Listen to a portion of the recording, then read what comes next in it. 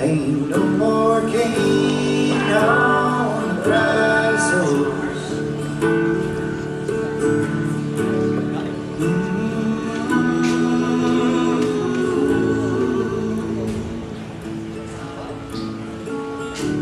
It's all been ground down to molasses.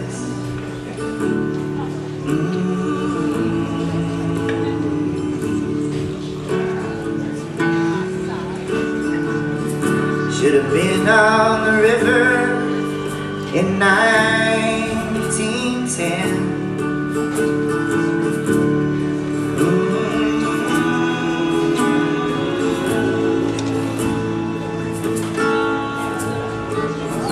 They were driving the women just like they drove the men.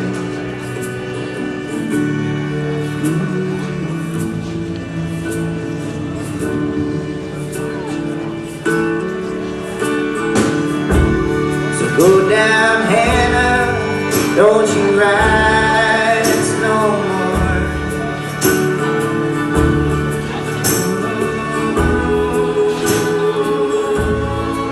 I remember for The Crow, the first like 500 copies we made from cereal boxes. You know, we just cut cereal boxes and folded them and like put the CDs in there. You have one of those, by the way. I'm looking for one. We sold them all off. Should have all that cereal. Oh, we posted on MySpace to like. By the way, this isn't a ghost or something. He's right behind you. We posted on MySpace like, bring your cereal boxes to the shows.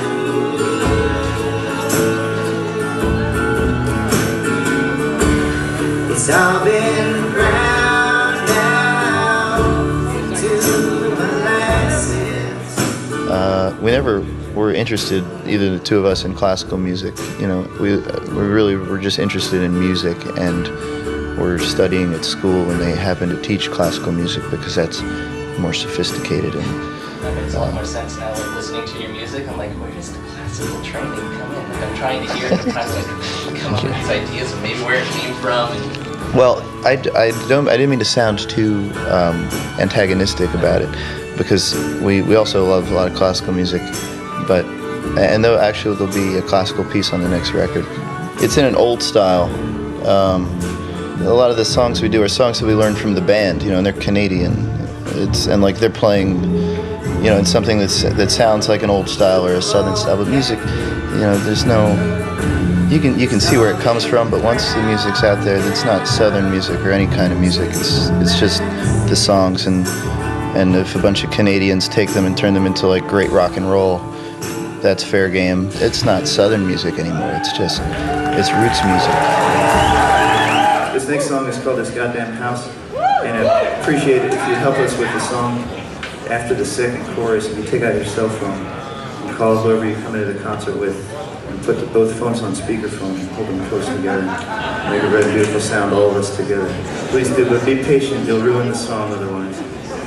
After the second chorus.